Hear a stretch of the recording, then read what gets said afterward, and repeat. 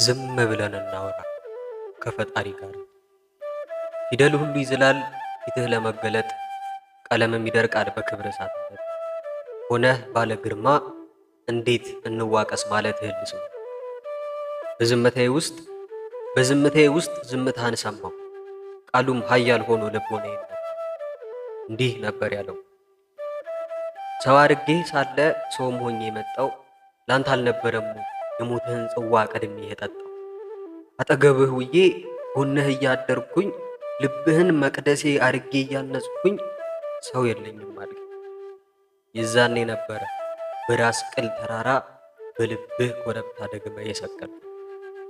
ብቸኛ ነኝ ስትል ሰው የለኝም ስትል ተጸፉ ጉንጮቼ በክህደት አለጋ።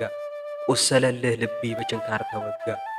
እንዴት ሰው የለኝም ይላል አምላክ ሰው መሆኑን ለምን ይረሳል? ከሰውስ ለሰው አምላክ እንደሚሻል እንዴት ይዘነጋል? እንዲህ ነበር ያለው።